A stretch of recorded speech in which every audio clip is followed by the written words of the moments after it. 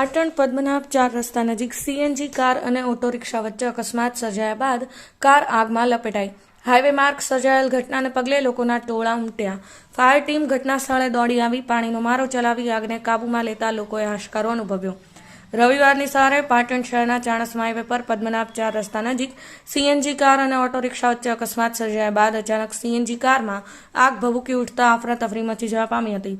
જોકે અકસ્માતના બનાવમાં ઓટો રિક્ષા અને સીએનજી કારમાં બેઠેલા મુસાફરોને લોકોએ શિફ્ટ કરી પૂર્વક રીતે બહાર કાઢી પાટણ નગરપાલિકાના ફાયર વિભાગની જાણ કરતા તેઓએ તાત્કાલિક ઘટના સ્થળે દોડી આવી પાણીનો મારો ચલાવી સીએનજી કારમાં લાગેલી આગને કાબૂમાં લેતા લોકોએ હાશકારો અનુભવ્યો હતો।